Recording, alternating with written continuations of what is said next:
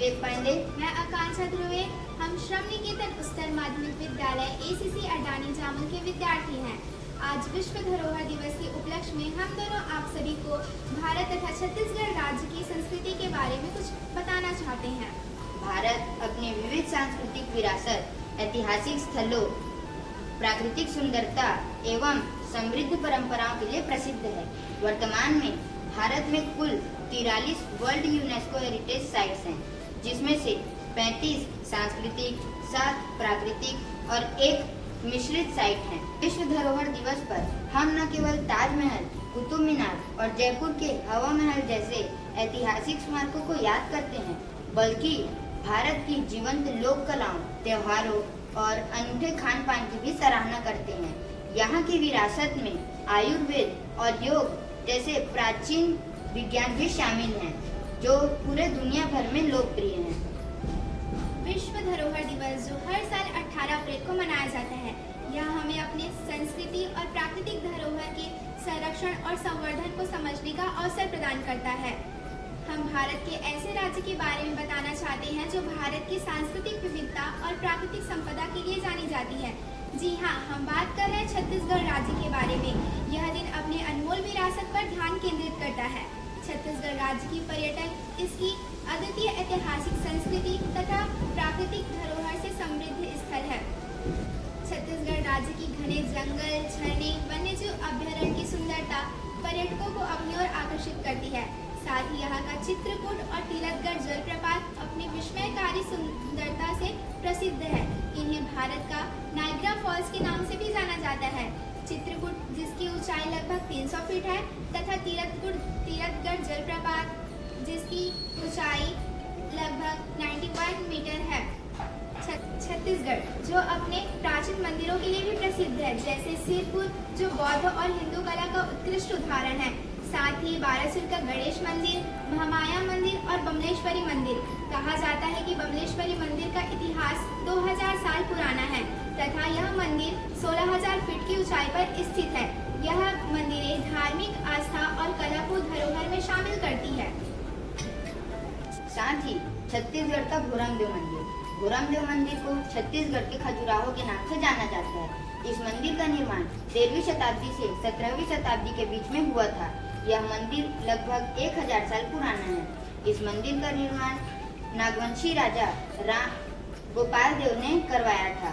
यह मंदिर नागर शैली में बना है। राजिम को छत्तीसगढ़ के प्रयाग के नाम से जाना जाता है। राजिम में 3 नदियों का संगम होता है। ये 3 नदियाँ महानदी, पैरी और सोंडूर हैं।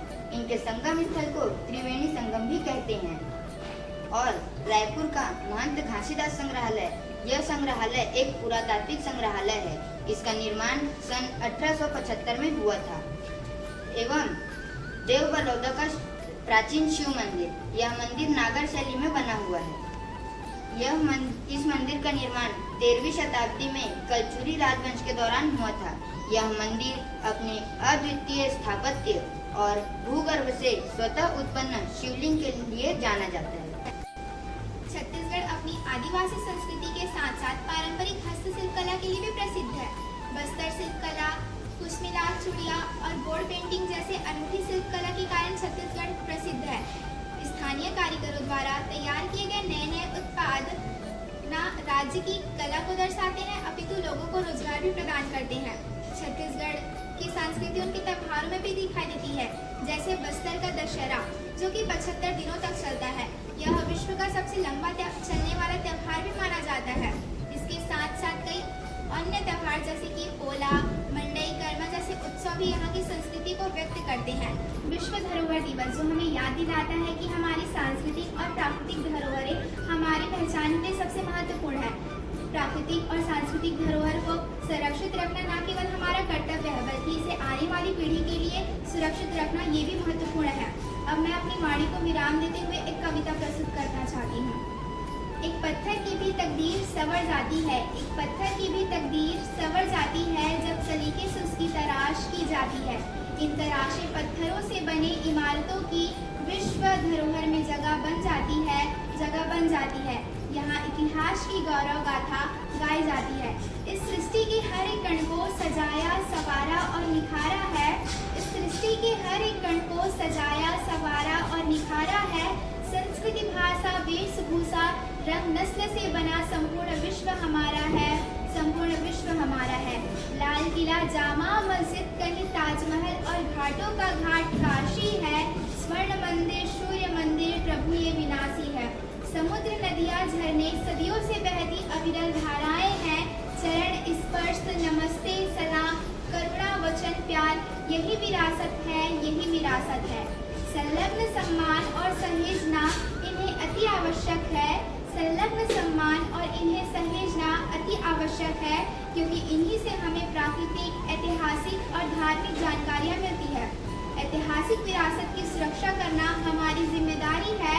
भारत राज्य की सुंदरता तथा संस्कृति सबसे प्यारी है, इसलिए तो कोने कोने में भारत की जय जय बोली जाती है, जय जय बोली जाती है।